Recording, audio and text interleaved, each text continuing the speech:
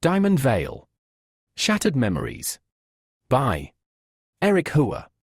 Chapter 4. Examination and the Gatekeeper. A typical day at Diamondvale involved 6 blocks of classes with recess and lunch in between.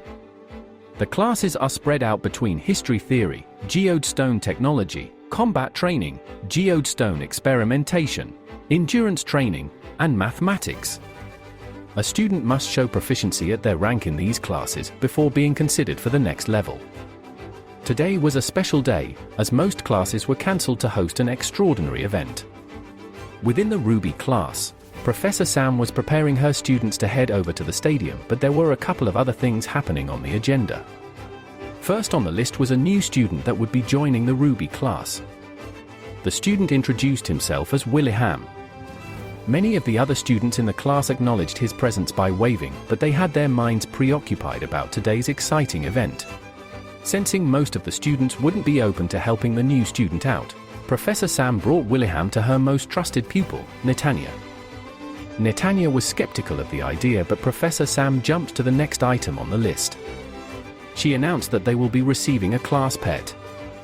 She brought out a creature that looked like a lizard with goofy eyes and had geode stones coming out of its back. The reptilian's name was Barton. When asked by their professor who would be willing to look after the lizard, only Willingham raised his hand. As everyone was lining up to head towards the stadium, Willingham didn't think it would be fair to leave Barton by himself, so he took the lizard with him. Everyone gathered in a line, and when Willingham reached the end, he was met with an unimpressed stare from Netanya. The headmaster sat in his private viewing area as he watched all the students and professors enter the stadium. He had much on his mind and was deep in thought until a couple of enforcers entered his room. He wanted assurance that no one would interfere with the examination, especially the infiltrator from the other night. The guards had done a thorough search and had the entire stadium on alert. With confidence in his enforcers, Voice told the examination to commence. The stadium was packed with students that were barely able to contain their excitement. Willingham in particular was thrilled, but there was a lot for him to take in and much he didn't know. Thankfully, Netanya was sitting beside him and she pushed up her glasses and began to explain how the Diamondvale system worked. Diamondvale has 4 divisions. They are ranked in this order from lowest to highest: Ruby, Sapphire, Emerald, and the pinnacle, Diamond rank. Everyone starts as a Ruby except for a few exceptions. For one to rise, not only must they be proficient academically for that level, but must also be well versed in a major skill such as engineering or combat. After one has met those requirements, they will be asked to take an examination involving a group of professors who will determine if that student is worthy to move on. Normally, examinations would be held in small rooms with only the student being evaluated and a group of 3 examiners. But Arnav's case was special because it had been many years since anyone had been considered to go from Emerald to Diamond. After Netanya finished explaining, the announcer got the entire stadium hyped up. The gate on one side of the arena opened and walking out was Arnav. The crowd roared as a majority of people were cheering for him. Despite the volume of the audience, Arnav somehow managed to stay focused as all his training in the past several months has led to this moment. Once he was at the center of the arena, the applause faded. The announcer reached for the document and was preparing to read who Arnav would be facing against. Everyone was anticipating Arnav to battle against one of the lower diamond-ranked students, but no one could believe the name that was spoken out of the announcer's voice. It was Harshitha. The crowd was filled with confusion and Netanya was panicking for Arnav's life. Willingham was confused, so Netanya explained to him that Harshitha was not a low-ranked diamond. She was in the top 3. Watching the event transpire from his office, Headmaster Voller slammed his fist against the wall. He finally figured out what the intruder tampered with and he was furious. Then there was Arnav, who was standing on the battlefield confused. He looked around to see if one of the professors or the headmaster would show up. Although none of those people appeared on the battlefield, someone did. It was Harshitha. Evening was approaching as Mila made her way towards the gate. She was ready to take on the Gatekeeper, but when she arrived there was no one to be found. She was ready to leave until Jacob jumped out of hiding and lunged forward with his crystal spear, holding it inches away from her face. Jacob refused to allow Myla to pass as the gatekeepers have a sworn oath to never let anyone into the polluted wilds. Realizing words would be useless, both of them prepared themselves for battle. Myla got into her fighting stance with her fists up. Jacob whirls his spear around before pointing it directly to his opponent. Jacob used the reach of his weapon to keep Myla away, but he couldn't land the decisive hit.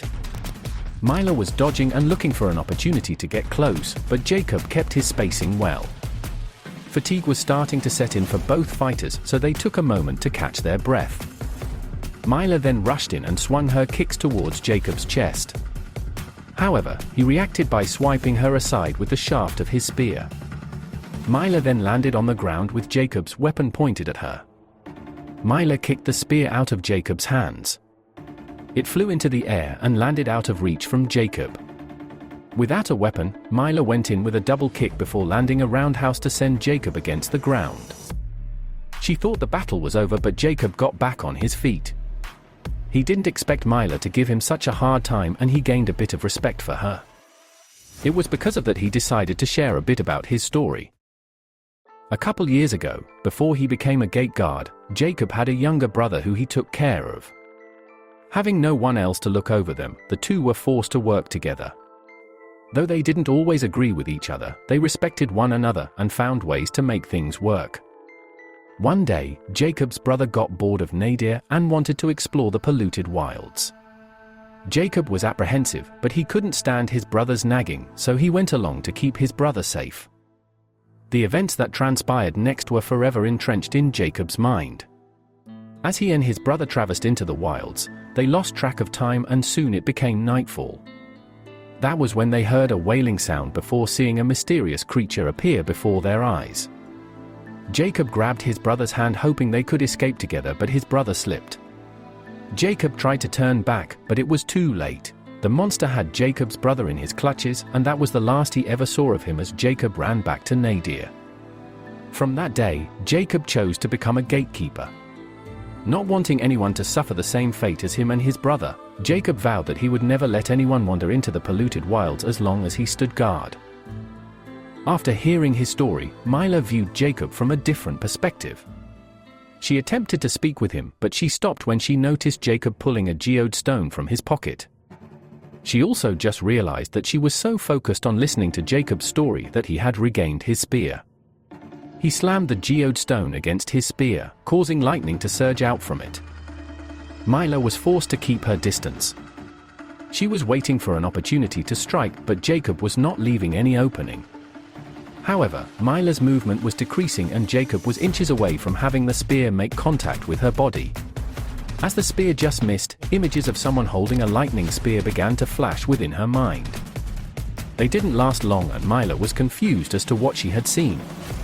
She wasn't sure where they came from, but she realized it could be her only chance in this fight. Without hesitation, Jacob used the lightning from his weapon and attempted to trap Myla in it, but she somehow sidestepped each attack. Her movement stunned Jacob as she eventually made her way within striking distance.